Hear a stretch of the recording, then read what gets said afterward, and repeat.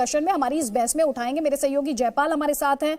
Jaipal, court में किस तरह की दलीलें दी गई हैं, डिटेल्स आप दें। कर्नाटक हाई कोर्ट में किस तरह की दलीलें दी गई हैं? कोर्ट की जो कार्रवाई हुई वो काफी दिलचस्प हुई। हालांकि जो देवदत्त कामत है, उन्होंने कल अदालत को कहा था उन्हें 15 से 20 मिनट का वक्त चाहिए, लेकिन जब आज उन्होंने दलीलें शुरू की तो लगभग 1.5 घंटे से ज्यादा वो दलीलें देती रही। और उसमें बहुत दिलचस्प चीजें उनकी ये थी कि जब वो बच्चे थे तो उस वक्त रुद्राक्ष की माला पहन करके स्कूल जाया करते थे, और एक तरह का वो उनका फेथ था, एक तरह का वो प्रोटेक्शन था।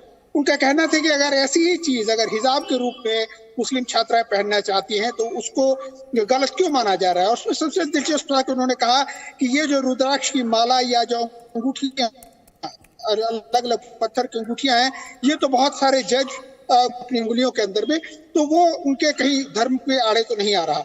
इसके बाद उन्होंने साउथ अफ्रीका के एक अदालत का जिक्र किया जिसके अंदर में एक सोनाली नाम की लड़की, जिसके स्कूल ने इस बात पे एतराज जताया था कि वो एक स्टड क्यों पहनती है अपने नाक के अंदर में, जो इसको लेकर के स्कूल ने एतराज जताया था। और वो अदालत में गई थी, वहां पर अदालतों में दलीलें दी गई और अदालत ने ये पूछा ये लड़की जब पिछले 2 महीने से स्टड पहन के आ रही थी तो क्या कहीं कोई डिसिप्लिन नहीं किया।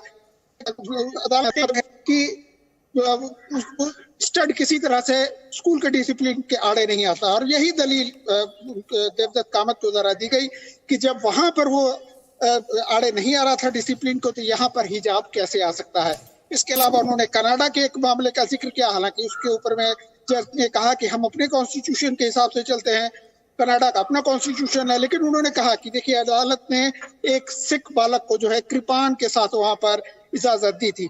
तो इसी तरह की दलीलें वो देते रहे और बाद में जैसा कि आर्टिकल 25 को बेस करके ये सारी चीजें हो रही हैं, उसके अंदर में उन्होंने कहा कि जो सही तरीके आर्टिकल 25 की विवेचना नहीं की गई है, और इस तरह से उनकी दलील जो आखिर में जाकर के समाप्त हुई। और इस वक्त दूसरे लॉयर जो है मिस्टर कुमार, वो इस एक दूसरी पिटीशन को रिप्रेजेंट कर रहे हैं। उनकी ज़ेरा शुरू हुई है। लगभग वही 2 घंटे से ज्यादा की कार्रवाई चली। मामला अब कल तक के लिए मुलतवी हो गया, यानी कि कल फिर एक बार 2:30 बजे अदालत जुड़ेगी और ये मामला जितने वकील हैं और जितनी दलीलें दी जानी है, क्योंकि इसके बाद एडवोकेट जनरल को भी बोलना है, उनके साथ ही एक वकील जो कि स्कूल मॉनिटरिंग कमेटी की तरफ से उनको भी बोलना है। तो उम्मीद कीजिए कि यह मामला जो है लगभग अगले 2-3 दिन तक तो जरूर बरकरार रहेगा।